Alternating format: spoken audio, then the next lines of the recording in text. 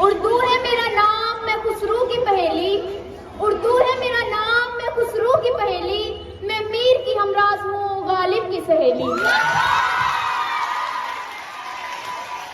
یار امیزنگ یار. I don't ever slow up, no I don't take shit. I got no love for the fakeness. If you wanna play tough and wanna hate this, I'll always show up.